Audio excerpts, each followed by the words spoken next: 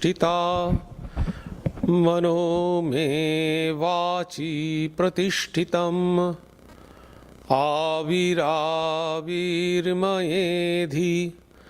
वेदस्सम आणीस्तः श्रुतं मे मा प्रहासि अनेनाधीतेनाहोरात्रान् संदधामि ऋतं वदिष्यामि सत्यं वदिष्यामि तन्मामवतु तद्वक्तारमवतु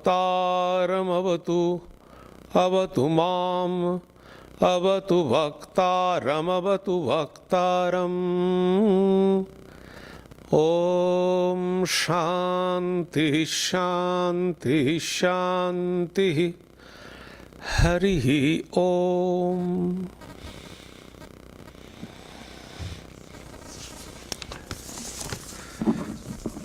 May my speech be accorded with the mind.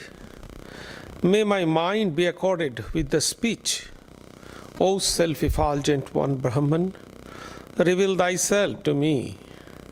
May you both, speech and mind, be the carriers of the highest truth to me. May not all that I have heard depart from me. May I be able to join day and night through this study with Brahman. I shall utter what is verbally true. I shall utter what is mentally true. May that Brahman protect me. May that Brahman protect the teacher. May that protect me. May that protect the teacher. Om, peace, peace. Peace be unto you all. Good morning.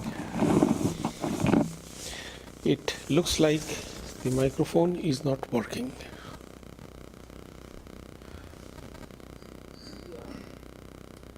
I did not turn on this one. Just give me 1 minute.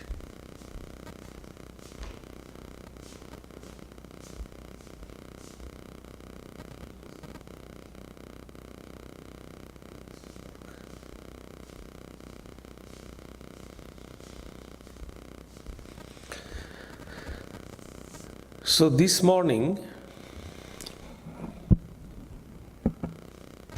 I am going to speak Sri Ramakrishna as the world teacher. Although I am mentioning the name of Sri Ramakrishna, but mainly I would focus the avatara or the incarnation as the world teacher.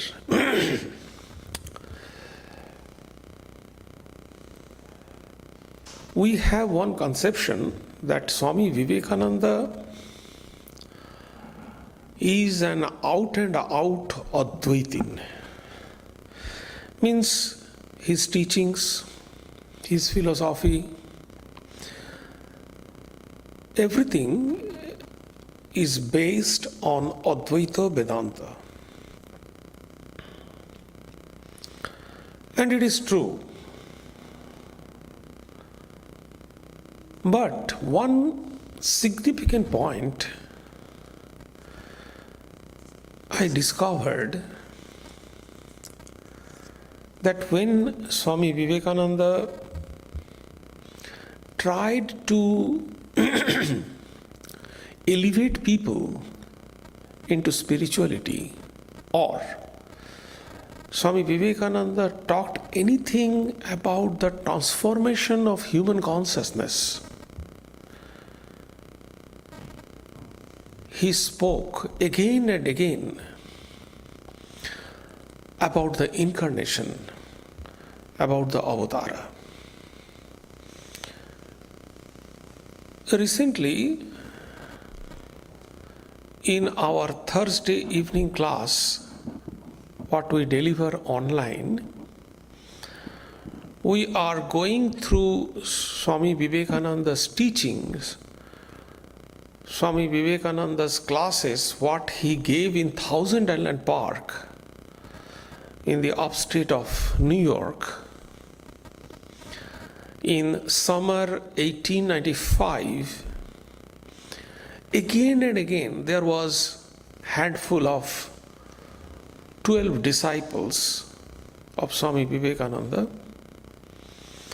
obviously by turn, not less than 8 at a time. And he spoke about them that I would make some yogis out of this raw material. So his intention was to prepare some yogis out of them. So accordingly he taught them. So he gave 49 classes. That is, a book came out, that is the diary actually. Miss Waldo, she took the note and ultimately it was printed in a book form, which is called Inspired Talks. If you go through that book, you can find that again and again Swami Vivekananda emphasized on incarnation, avatara. Although in Sanskrit it is called avatara, but it translated in English to incarnation, but it is not the happy translation. Incarnation is a special connotation used for Jesus. Incarnation is one, but avatars are many. In Bhagavad Gita, Sri Krishna said that again and again, when there is a decline of righteousness, I shall take birth as a human form, as avatara, to turn it to the righteousness, to protect the righteous person and to destroy the evil people. So he said in Bhagavad Gita. So according to Indian philosophy, avatars are many, but incarnation is one. Although we translate it prophet or incarnation. So not only Sri Ramakrishna, all other incarnations like Jesus, Buddha, Ramachandra, and all other, they played the same kind of role in the world history. So the topic is avatara, the incarnation as world teacher. There are two words used in Sanskrit to mean teacher. One is the teacher who taught us physics, chemistry, mathematics, the academic subjects, the art, playing some kind of instruments, painting, etc., etc. In Sanskrit, they are called acharyas, the teacher. Then there is another kind of teacher. In Sanskrit, they are called guru, means the spiritual teacher. So obviously, Jesus, Buddha, Muhammad, Sri Ramakrishna, Swami Vivekananda, they are the spiritual teacher. So when I am speaking about the world teacher, I am trying to mean the spiritual teacher, not the academic teacher, not the acharyas, but the guru. So avatara as the world teacher, world guru, who teaches spirituality. That is the subject matter. So what was the speciality? It is not that in other incarnations there were not this kind of quality. Each and everyone had the same quality. And they incarnated in a specific age. So, their pattern of work, their system of work is obviously different, and which matches according to the need of that particular age. So what I am trying to mean is that Swami Vivekananda again and again emphasized, especially in inspired talks, especially to them who he wanted to make yogis, emphasize the incarnation and avatara. Son of God. He emphasized Son of God. Exactly what is written in the Bible, he quoted that without Son of God, you cannot reach God. In other words, if I convert it into Bengali, in Sanskrit or in Indian connotation, it is without avatara, we cannot reach God. So what is the importance of this avatara? Swami Vivekananda mentioned that they are the stepping stone. We have to understand it. We do not have any idea about God. We do not have any imagination about God. We saw the picture. We saw different kinds of God and goddesses. We saw the Jesus picture and statue and different models. We saw that. But what kind of imagination? This is all based on imagination. We do not have any particular idea. We have to develop our idea according to our own way. That may be right, that may be wrong. So, avatars are the historical personality. Jesus, when we are talking about historical Jesus, so these are historical personality. People saw, people interacted, and they wrote the description about that. So there is some kind of truth behind that, and we can relate with that because they are not the something abstract came from extracelestial orbit and became God. No, not like that. They are human being. They elevated. So we can relate, we can connect with them very easily. And as a result, we can elevate ourselves. So if our association is good, automatically we can elevate ourselves. So exactly in the same way, if we can connect, if we can relate spiritually with some incarnation and avatara, regarding whom we can read in the book, regarding whom we heard different stories, their activities, their interaction with gods. So it has a kind of human ingredient in it. So we can relate it well. That is the purpose that Swami Vivekananda emphasized on incarnation and prophet. So my point is that Sri Ramakrishna as the world teacher, not Sri Ramakrishna, I can mention from place to place that what was the speciality. Mainly, this incarnation, they have the quality of modernity. They are very modern in their specific age. They are relevant.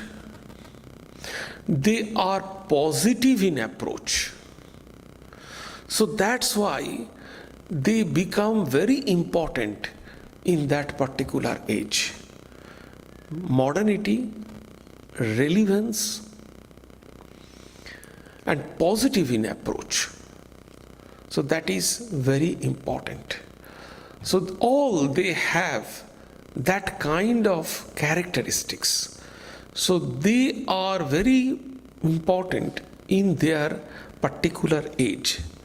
Besides what they have as a world teacher, number one, the connection. First, when a guru, I am talking teacher, instead of teacher, I shall mention guru, because the spiritual teachers are called guru and the academic teachers, they are called acharya. So when a guru comes, what is the first important things is required? The relation between guru and disciple. So guru-shishya relation. If relation cannot be established, then nothing can be happened. So the first, that is why perhaps you might have remembered, or you could point out that in any of our program, the first Vedic chanting what we do is Sahana Bhavatu Sahano Bhunaktu. So that is the verse that says the relation between the guru and shishya, the teacher and the taught. So that is the first thing what we need, that relation. So the relationship between guru and shishya, that is very important. And those who have gone through the life of Sri Ramakrishna, you can find that what kind of relation he had with his disciples. I can give one example, the relation between Swami Vivekananda and Sri Ramakrishna. When Swami Vivekananda was young, Narendranath, he used to come to Dakshineshwar to visit Sri Ramakrishna. So at one point of time, suddenly Sri Ramakrishna stopped talking with Swami Vivekananda. It is kind of amazing, but it happened. 1 day, 2 days, 3 days, 1 week, 2 weeks, 3 weeks, about a month. He did not care that Swamiji is coming, Swamiji is going, did not care. But Swami Vivekananda continued. Swami Vivekananda continued to visit Dakshineshwar. Suddenly, on one day, Sri Ramakrishna asked Swami Vivekananda, "You see, I am not talking with you. Still, why are you coming here?" The reply that Swami Vivekananda gave, "I love you. That is why I am coming." In another case, Swami Vivekananda was asked by another direct disciple that, "Can you please define Sri Ramakrishna in very one sentence, very short sentence?" Swami Vivekananda defined Sri Ramakrishna in one word. And he said, love. L-O-V-E, love. All capital. Love personified. That was his expression. So this shows the relation between Guru and Sishya, Guru and disciple. So this is first what is required. Then the second point is the function of Guru. what kind of function he does as a world teacher. I am not talking about the guru of one or two persons. I am talking about the world teacher, the whole world. He instructs about the path. He corrects the people when they go wrong. He guides them as they advance on the spiritual path. He protects them from the pitfalls. He awakens.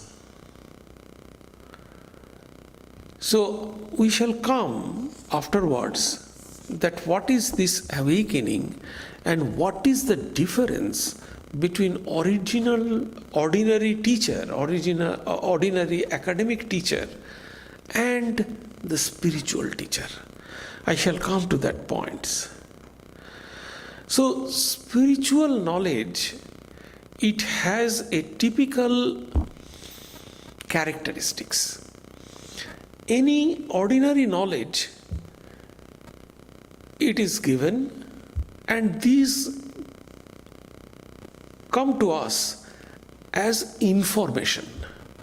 These are all information.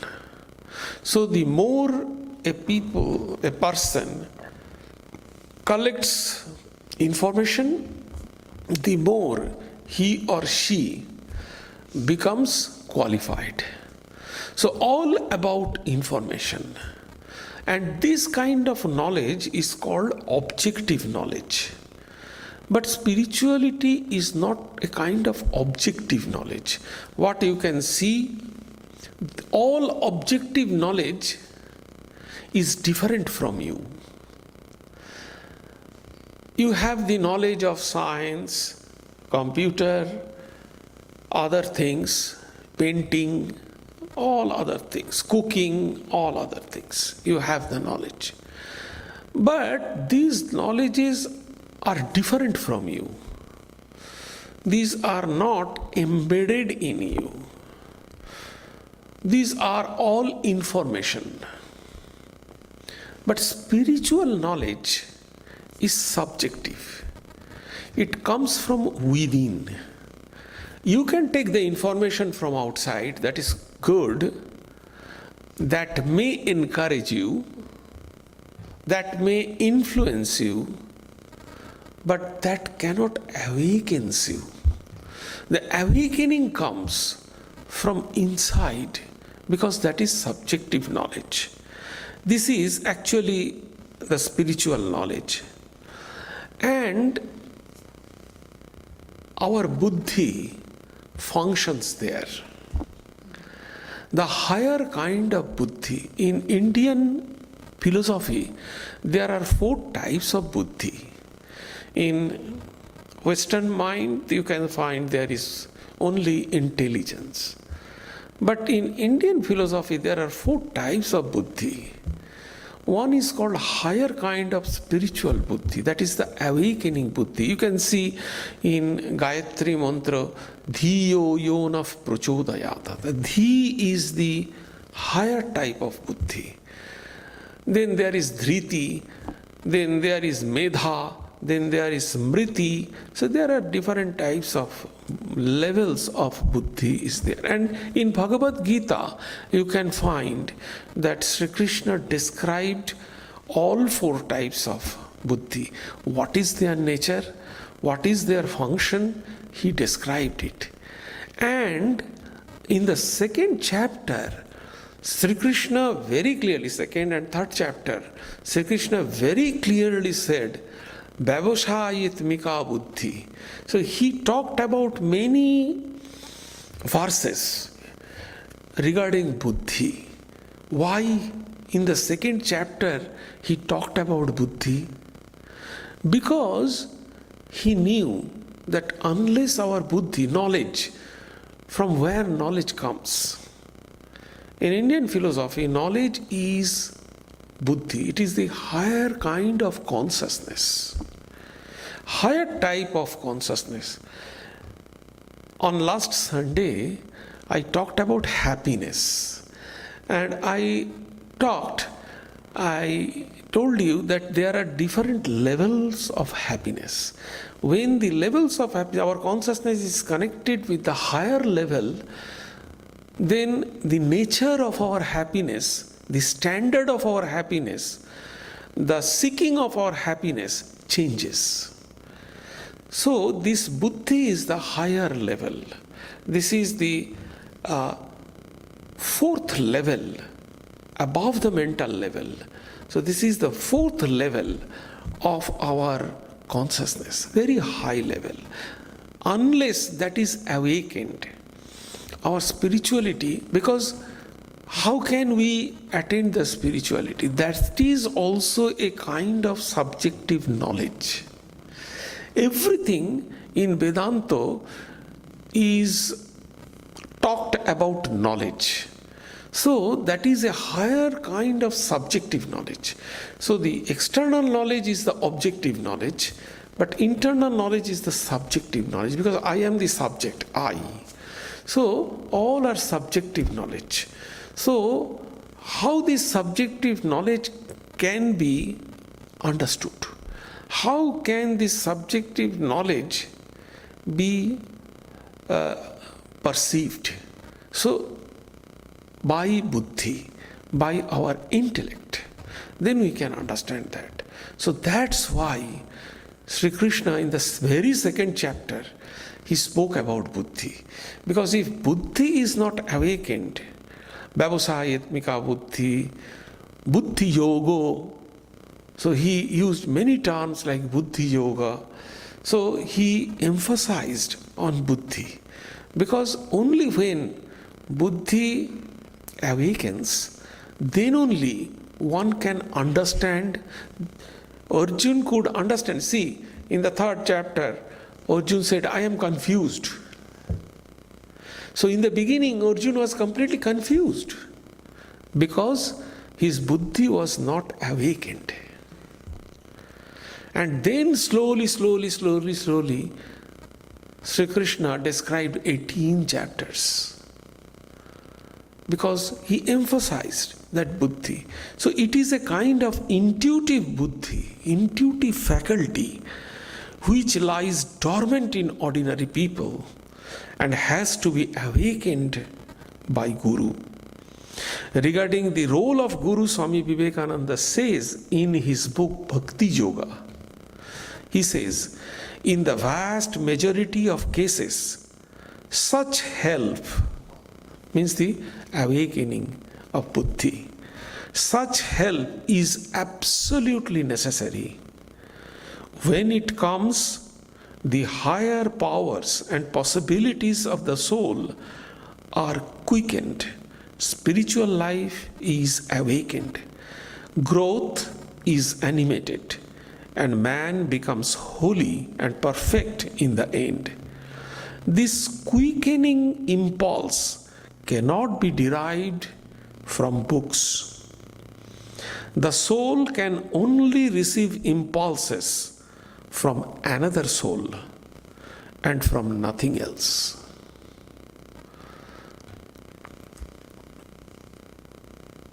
We can remember in this context that when Buddha was about to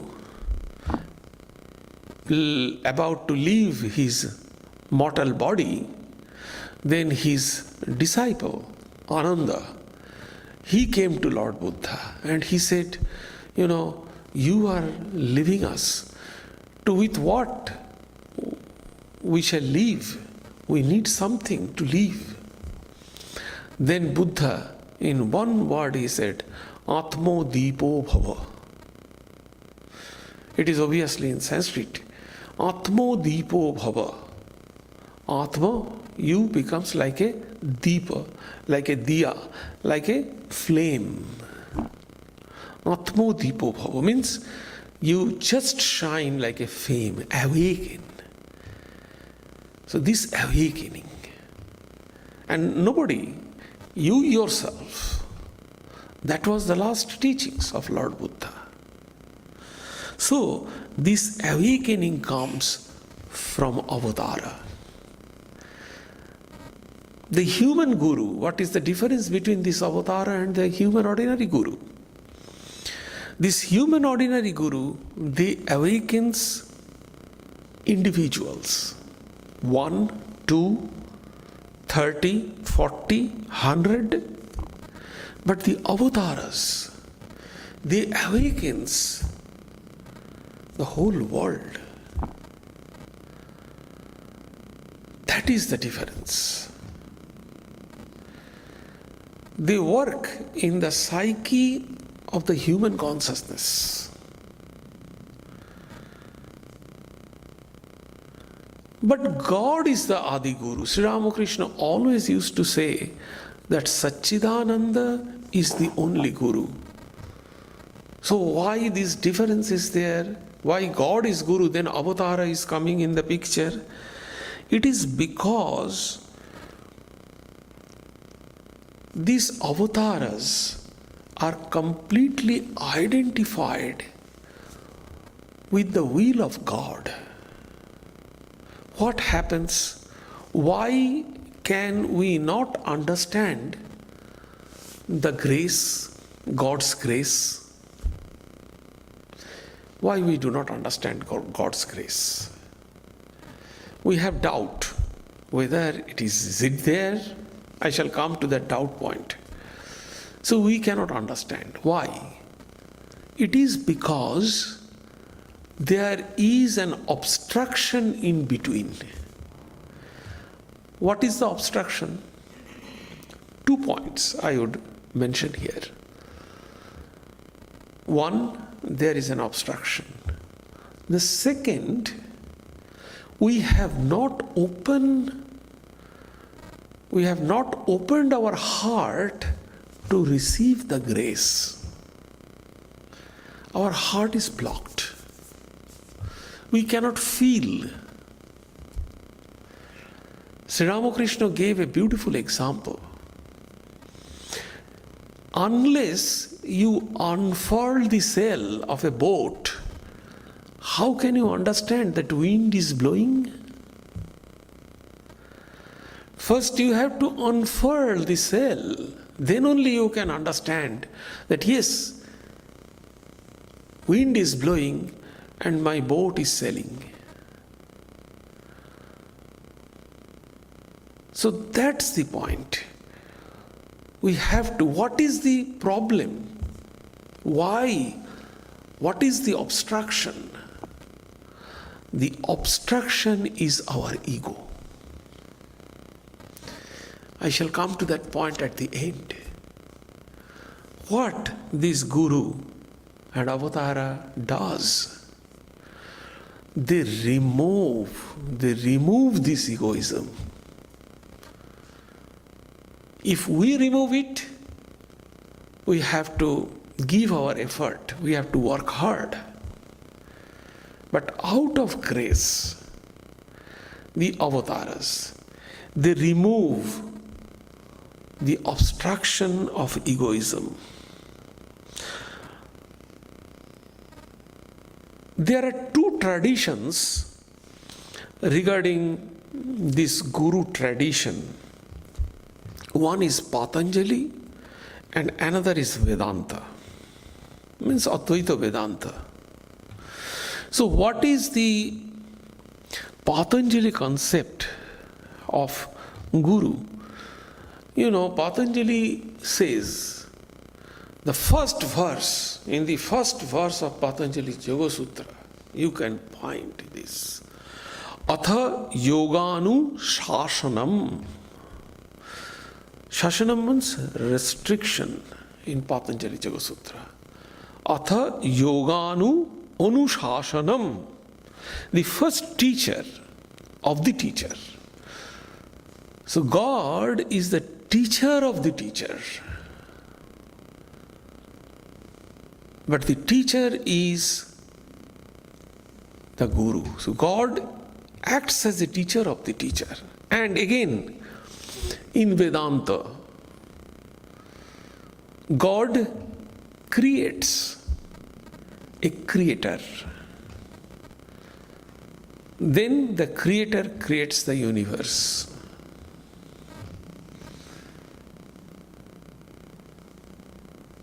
In Bhagavad Gita, you can find in the first verse, probably in,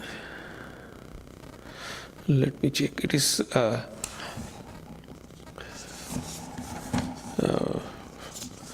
first of sixth, yes, it is fourth chapter, first verse. Sri Krishna says that, you see, these teachings I disclosed to Vivasvat, Ikshuko, etc., etc.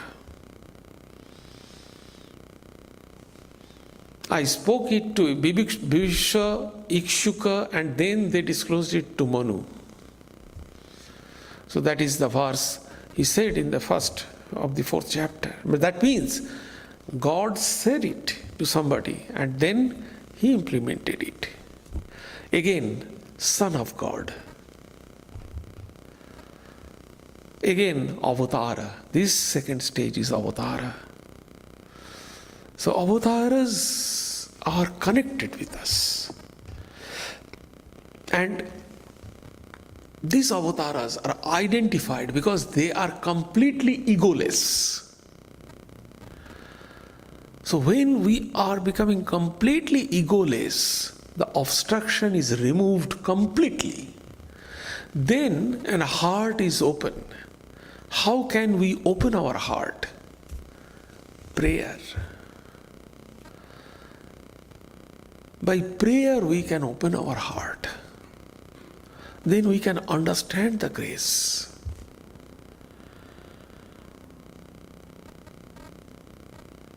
So that's their ego, the avatars, their ego is completely vanished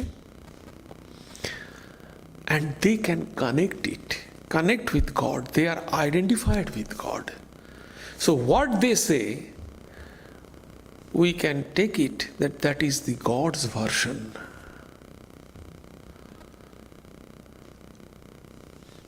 The next point is this: the identification of the I consciousness of this avatara with the cosmic I. The selfish I, Sri Ramakrishna says, that the selfish I of the great teachers of the world is completely eradicated forever. And in its place, the cosmic I manifests. So when the flower blooms, again Sri Ramakrishna, when the flower blooms, bees come of their own accord to gather honey, even though the flowers do not invite them. Similarly, as soon as the cosmic I manifests itself in a person, suffering people know about it and flock him for peace and bliss. Sri Ramakrishna, completely illiterate, village person, lived in Dakshineshwar at the corner of Calcutta. So why these people, educated, well-versed people, they flocked round? Buddha was there in Bodh Gaya. Why people, king from different places? Jesus, poor, illiterate. Why thousands and thousands people followed him? So the same thing, when I consciousness is connected, become one, identified with the cosmic consciousness. They can feel, that is why they can see all are one.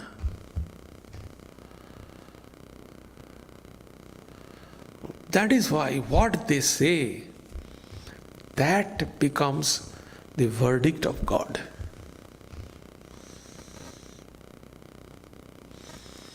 The identification of this I consciousness, this is the great qualification of the avatars. because they are identified with the cosmic consciousness. Ordinary people cannot.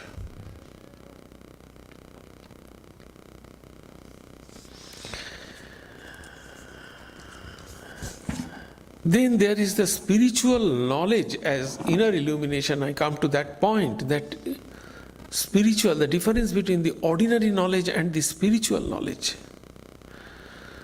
Spiritual knowledge arises an inner illumination. That is the important point. In modern age, Swami Vivekananda, in one point, he says that all knowledge is inside us. Actually, in Inspired Talks also, we find that he said all knowledge is inside us. This is the great difference between the Western concept of knowledge and Indian concept of knowledge. The Western concept of knowledge is this,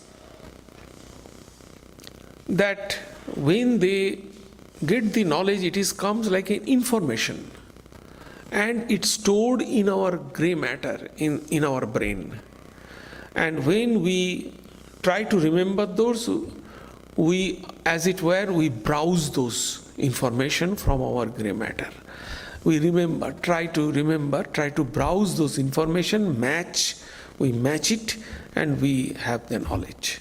So this is the function according to Western. But according to Indian philosophy, especially the Vedanta, it says all knowledge is inside us. I thought it deeply. I asked different swamis and different scholars that what does it mean? All knowledge is inside us. I have never studied chemistry. How the chemistry knowledge, the knowledge of chemistry comes in our mind? How can I become aware of the knowledge of chemistry?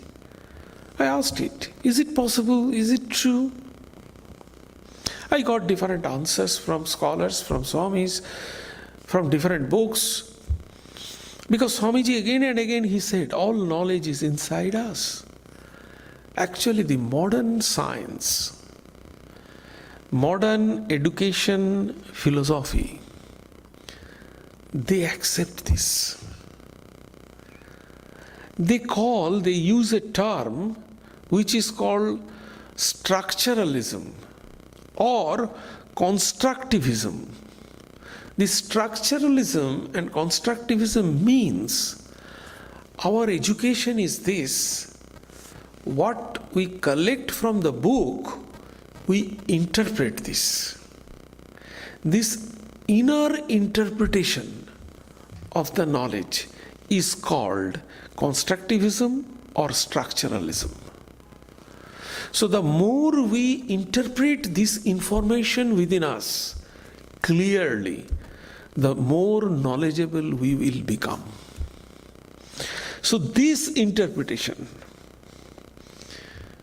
so what does it mean? This interpreting knowledge is within us. It is not brain function. It is not hormonal function. It is awakening. So that's why it is said that every person is imprisoned in his own mental world. So what the ordinary teacher, what the academic teacher, acharyas, they do, they try to see the students' interpretation power. They try to help the students to interpret the information in a proper way. That is the teacher's function. They see that a student can interpret well from the outside. But spiritual knowledge cannot be managed from outside. It is coming from within. So for this kind of interpretation, some awakening, some transcendental thing is required. some intuitive awakening is required from within. So the Guru, they actually turn on this inner light. They help them to open this transcendental inner power of, this is called awakening and this is called education. This interpretation is called education. The spiritual teacher or guru helps the disciple to break out of his inner prison of concept, transcend his limitation, and reach the light of Atman to be illumined by the light. This process are brought about by the Guru or avatars as an inner controller. That is why the God is called inner controller, Antarjami. So inner controller, by sitting inside, as it were, he controls this. But when this inner opening is going on, then a lot of doubts come. I told you, is it possible that if we open, if we pray, then God responds? Is it true? If we do this, now people believe in meditation. I went to Halifax, the last month probably, not this month, last month. Anyway, recently I went to Halifax. So the people, they were emphasizing and requesting me again and again for meditation. So the point is that their concept is, if we close our eyes and sit for meditation, and they have their experience also. They said, we are stressful person, so we sit for meditation, guided meditation, somebody is guiding, and after some time, all our thoughts vanishes, we are completely thoughtless, and when we get up from meditation, we are fresh. What do you think? This is meditation?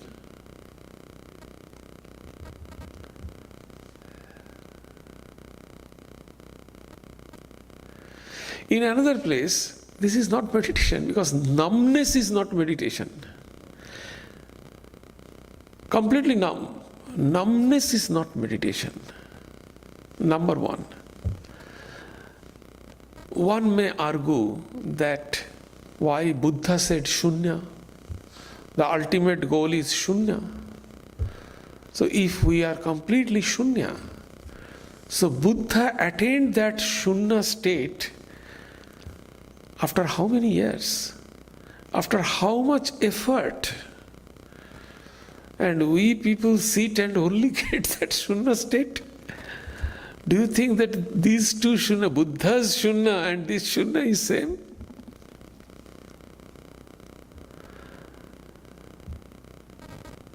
So the second point is that, again, another place I found that the walking meditation, definitely walking meditation is there.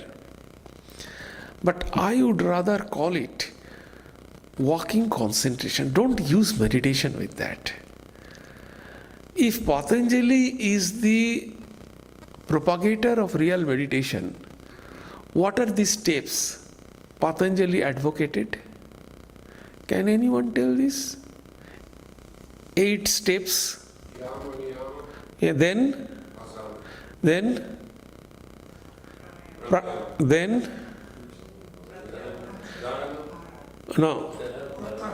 pratyahara, then dharana, then dhyan, samadhi. So what are the most important point? 3. What are these 3?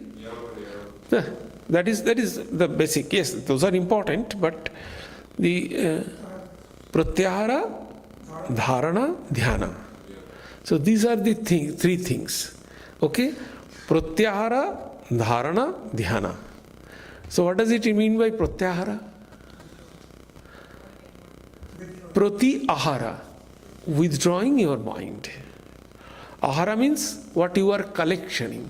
Ahara doesn't mean, ahara is a Sanskrit word, so ahara doesn't mean what you are eating. We use it, the Sanskrit use of eating means ahara. But what we are listening, what we are seeing, what we are thinking, all are ahara, means we are collecting those things. So what we are intake. So what we are intaking is called Sanskrit ahara. So prati ahara means withdrawing our mind. That is the first step, pratyahara. Then dharana. Dharana means focusing your mind at one point. So after withdrawing, what you are doing? Focusing your mind at one point. And then dhyana will come, meditation will come. So these are the 3 steps Patanjali said. Okay? Now if we walk, the first point is this. Do you think we are withdrawing our mind?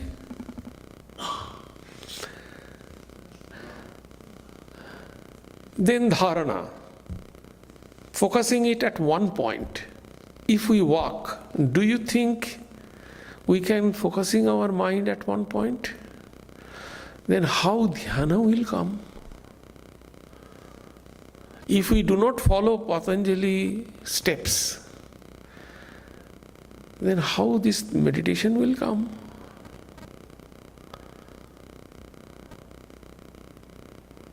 So that means it is not Patanjali type of thing, and it is not meditation also. It is not meditation also, because before meditation you have to follow the proper steps if you follow the Patanjali. And all are thinking about meditation means Patanjali type of meditation. There are different meditations also. But generally we think the Patanjali type of meditation. Now it's very popular. However, so this kind of thing, what they do, so there are doubts. So the world teacher, they remove these doubts. One of the very important aspect is that they remove doubts. How can they remove doubts? They remove doubts because by establishing their own life. We can see them. Yes, the avatars, they did it. By doing this, they establishes their life. And Swami Vivekananda wrote in this way in one of these songs that Sanshaya Rakshasa Nasa Mahantam. So this Sanshaya Rakshasa is the demon. This Sanshaya, this doubt is the, and we know in Bible also, doubting Thomas. So this doubt is very important, and the world teacher, they remove this doubt. And they establishes a new line, a parampara. It is a closed circuit. They develop in this way the power, purity, and knowledge. They develop this. So when a guru cult comes, they develop this kind of power, the prophet. They develop some kind of power, a special kind of knowledge for that particular age, and the purity. So it is a closed chain. And who will come by the influence of this closed chain, they will become elevated. So they develop a closed chain. In Sri Ramakrishna's life also we find that he developed a beautiful succession of gurus. In everywhere, in Indian tradition you can find. Nowhere in the world you can find this concept of guru, spiritual teacher. It is very specialized in Indian concept. The initiation, this kind of thing is very special in Indian tradition. So it is a succession of this power, knowledge and purity. It is a closed circuit. It is not open-end chain. So it is a closed circuit. And whoever come to there, they will be elevated. So this kind of chain, this world teacher, they develop. See, the Jesus developed a closed circuit chain. Buddha, a closed circuit parampara, a succession. A succession is there because this knowledge, power and purity, they try to preserve this in their succession in the closed channel. So these are the few things. And regarding this awakening of the world teacher, Swami Vivekananda, what we chant, regularly as the evening prayer, the Khandana Bhava. At the end of that Khandana Bhava, Swami Vivekananda wrote, that was composed by Swami Vivekananda. At the end of the Khandana Bhava, he wrote, Jyotiro Jyoti Ujala Hridikandara. In Sanskrit, obviously. Jyotira Jyoti, the light. Jyotir Jyoti means it is not simple light. Light of the light. Ujjala Hridikandara. Hridikandara means the chasm of your heart. It just shines at the chasm of your heart. And you can find that this illumination, that avatara, the incarnation, they do. So if Sri Ramakrishna is the incarnation, the world teacher, so that's why Swamiji wrote this way, that it is you who awakens, who lights this huge, illumination in the chasm of your heart. Remove the ignorance and elevates us. So this is the activities of the world teacher. Everybody, it is not necessarily Sri Ramakrishna, but all world teachers, they did this. If you can compare the life of the world teacher, you can find that. Do you have any question? So this knowledge that you are mentioning inside the light has got variety? Variety? Like in the process of creation, I was reading that... No, you have come a little late, so you could not understand that. No, this is... No, the point is what I said, that is, that spiritual illumination is a kind of removal of our inner ignorance. It is transcendental in nature. So for that, certain power is required to remove internally. You cannot operate your physical body. It is not physical. Nothing is physical. Everything is intuitive. I don't know chemistry, then all of a sudden. Oh, you are talking about the knowledge which is inside. Oh, I could understand that. So, Yes, the mechanism is this, that how this knowledge comes. So this knowledge comes from within, because when we transcend our limitations, then we are connected with the cosmos.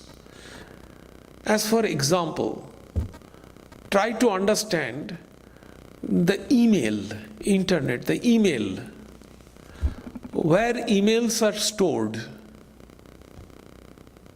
Where emails are stored? Thousands and thousands of emails. Is it in your computer? In that machine, small machine? No. Where they are stored? In the cloud. Exactly in the cloud. What you are doing? You are, through this machine, you are connecting with the cloud and you are browsing from the cloud. So everything is in the cloud. So everything is in the cosmos, in the cosmic mind. Who can connect cosmic mind? They have the access to download everything. So these avatars, I have already mentioned it. These avatars are identified with the cosmic mind. So they have the access of cloud. I understand. But then, like the example of the seed and the plant, the fruits, the flowers that are already in the seed. So how is it possible that this variety, this knowledge of the world, of the creation, Everything is the cosmic mind. small seed, I know that. What I could understand. So everything, all knowledge, what has been here, what has not been here, all knowledge are in the cosmic mind. Because scientists, they developed something, lot of things they could not develop, yet to be developed. So that doesn't mean those are not in existence. They are there in a dormant situation, in a dormant state. So everything is there in the cosmic mind. I'm asking this because there are some religions that they say that when you are liberated, when you are free from illusion like that, there is also variety there, in that kind of state. There is also a relationship with the. Well, there are different views. I am talking about Vedanta. So there may be different views, thousands of views are there. So one has to establish that, one has to give the scientific reason behind that. So these are the point. Yes, please. Swami, how critical is it to have a spiritual guru who is currently alive, who can guide you and awaken you and move you? Can you please repeat this question little bit loudly? Yeah, so my question is, how critical is it to have a spiritual guru when you're on this path, a guru who's living currently to help to remove your ego, to guide you in this path? Well, this is a good question, that how this spirit... Oh, your question is how to find the guru. No, my question is twofold. One is How important is the guru? Huh? He's asking how important is the guru? Oh, how important to have a guru. who's currently living, like you have Means the living guru who can remove your ego. Yes, that is the one part of the question. That who is that guru? He can remove your ego. That is one part. What is the second part? and the question is, should that spiritual guru, should that person be currently alive? Okay. So how can you get that guru? This is another question. That how can, I can sum up in one point, that how can you find that guru who can remove your ego and illumines your consciousness? Yes. It has to be alive. See, it is, yes. So, see, the qualification of guru, you are asking about qualification of guru and how can find it. It is a big topic. I delivered many lectures in different places on guru. The first point is in Viveka Chudamani, if you go, you can find, it is written by Shankaracharya. Very specifically he mentioned, I think, 8 qualities of guru. These 8 qualities must have their guru. Now, you would ask, who is that living guru? This kind of guru is very difficult. Yes, I agree. This kind of guru is very difficult. But there are 3 types of guru. I have already mentioned that God is the Adi Guru, Satchidananda is the Guru, real Guru is God. Your mind is also your guru. And human guru is also your guru. So how these 3 gurus equilibrium way stay in your life? So the human guru is the first guru. He or she gives you the information. They are like a reagent. Do you know in chemical equation what is the function of reagent? The function of reagent is this. If 2 chemicals are chemically reacting, if you put some reagent, they will not participate in the reaction. What they will do, they will faster the reaction or slower the reaction. So they are intact, unchanged. They only influence the reaction. So human guru's function is just like that. Human guru will not react. In Indian tradition, if there is a marriage, so generally the one person is there, priest is there, who comes, a middleman, so he comes and he says that, oh, that is the groom, that is the bride, so inform that, and they arrange for that marriage, they connect them. They are not participating, but they are connecting the bride and groom. So they are the connecting link. This is the function of the human guru. They tell you that here is God and here are you. This is the bridge. So this way you can connect. That's all. This is the human guru's function.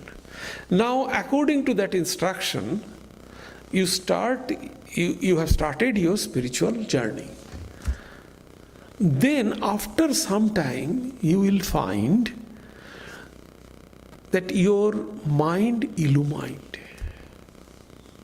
and you will get instruction from within. Then your mind will become your guru. So you can get the instruction from your mind. Your mind will become guru. And when you can connect with the cosmic mind or God, then you can find that God is the real guru.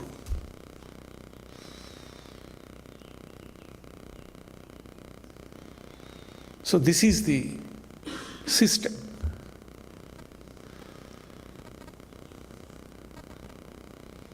Yes.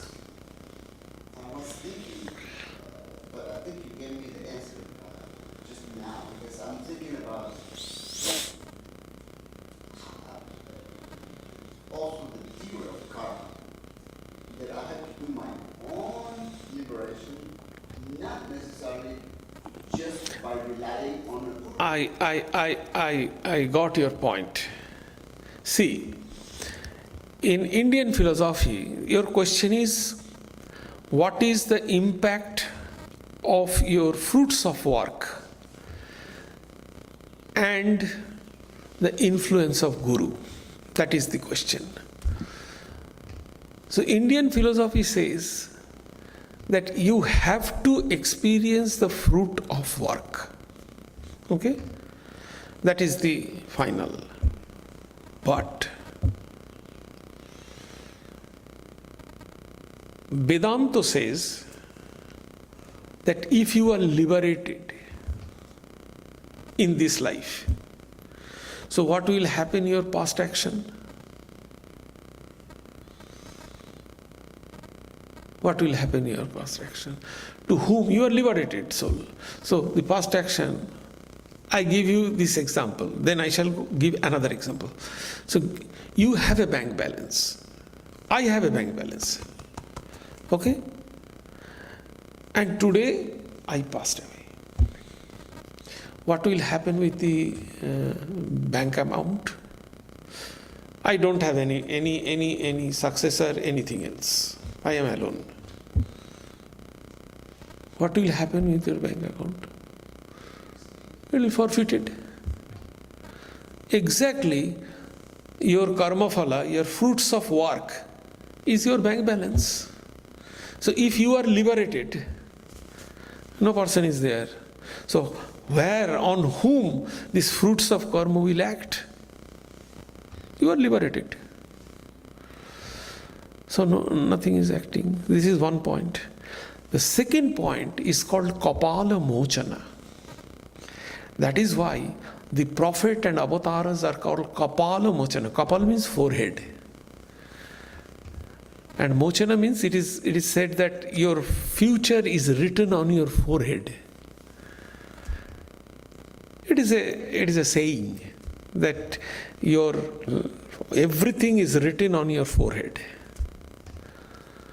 So it is called, in Sanskrit, it is called Kapala, Mochana. What is written, that can be wiped out only by God and the Prophet.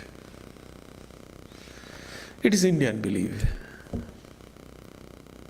They can only save. But otherwise, the fruits will come to you. Nobody can save. What you have done, you have to experience the result of it. Because you have already released the arrow. How it will come back to your bow? But at the same time, Vedanta gives you the hope and promise that if you start right now, because your work depends upon you, nobody else. If you start good work right from now, then you will get in future the good fruit. Very simple.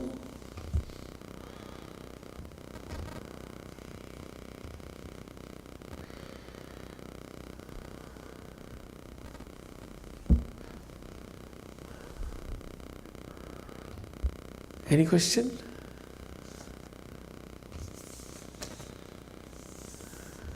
What if someone who is No, I shall close now. Om Sarve Bhavantu Sukhinah Sarve Santu Niramaya Sarve Bhadrani Pashyantu Ma Kaschid Dukkham Apnuat Sarvastarotu Durghani Sarvo Bhadrani Pashyatu Sarva Sadbuddhimapnotu Sarva Sarvatra Nandatu Durjana Sajjano Bhuyat Sajjana Shantimapnuat Shantamuccheti Bandhebhyo Muktaschanyan Vimochayet. May all be happy. May all enjoy good health. May all see happy events. May all be freed from miseries. May all be freed from dangers. May all realize what is good. May all be actuated by noble thoughts. May all rejoice everywhere. May the wicked become virtuous. May the virtuous attain tranquility. May the tranquil be free from bondages. May the freed make others free. May the Supreme Spirit, the presiding deity of all sacred activities, be satisfied. For he being pleased, the whole universe feels satisfied. Om, peace, peace. Peace be unto you all.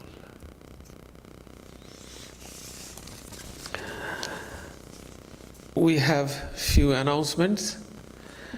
So this is the last Sunday lecture before our summer recess. So with this, our summer recess will begin and we will resume our class, means the talk, Sunday talk, probably on September 22nd. We have already uploaded this to our website. So 22nd September we shall resume, but by the time we have few events.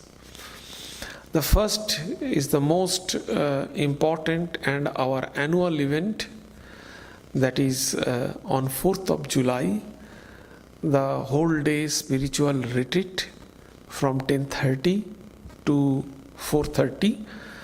There will be 6 Swamis from different centers of the Vedanta Society, and they will speak on Swami Vivekananda and Neo-Vedanta. So we know Vedanta, the philosophy of Vedanta, and his impact and his act or influence on our life, day-to-day life. So Swami Vivekananda, the Vedanta that Swami Vivekananda spoke and propagated, definitely the same Vedanta, but it has some kind of newness which is Swami Vivekananda's own contribution. So the Swamis will discuss on that particular, which is called Neo-Vedanta. So it is not a new branch of Vedanta, but there is something new what Swami Vivekananda's contribution, if you see, it's the same principle, but different application, different way of looking it. So that Swami Vivekananda's special contribution. So we shall discuss that on, and there will be different devotional songs, bhajan, meditation, offering of flowers, instrumental music, poem. What is the purpose of our doing this? It is not simple we are doing on 4th of July. There are some specific objective of that. The first one is that Swami Vivekananda himself celebrated this 4th of July with his American devotees. So we commemorate this, Swami Vivekananda's celebration of this 4th of July, because it is a freedom day. Swami Vivekananda was a lover of freedom. Swami Vivekananda equated freedom and liberation. So according to him, freedom is one of the very choicest state of human consciousness. We all want freedom. So that is a freedom day. So in connecting to that, Swami Vivekananda himself celebrated the 4th of July with his American devotees. So commemorating this event of Swamiji's celebration and the freedom day, so we No, that we do not want to know that, because according to Vedanta that has no meaning. So to commemorate this, we celebrate this particular day actually. So that is the purpose.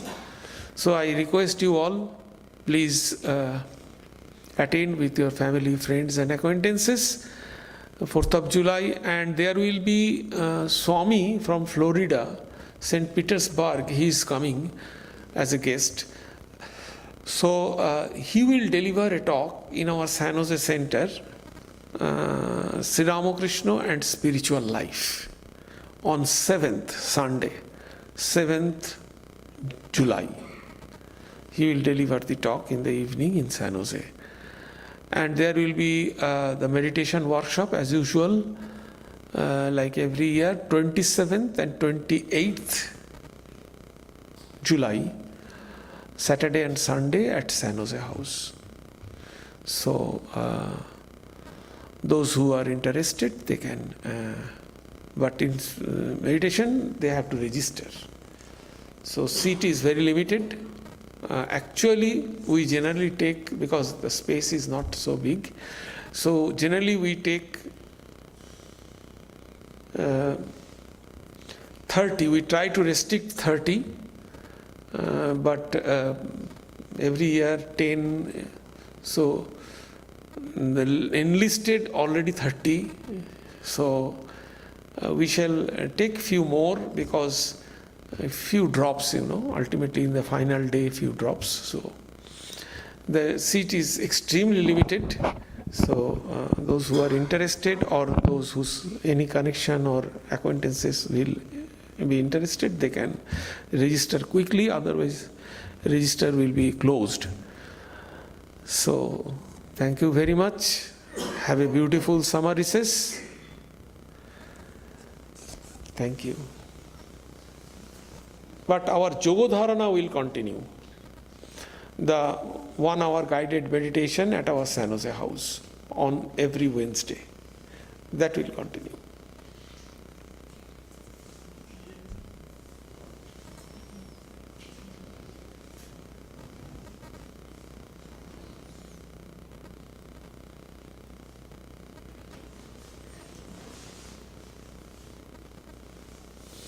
If we will have any special event in between, definitely we shall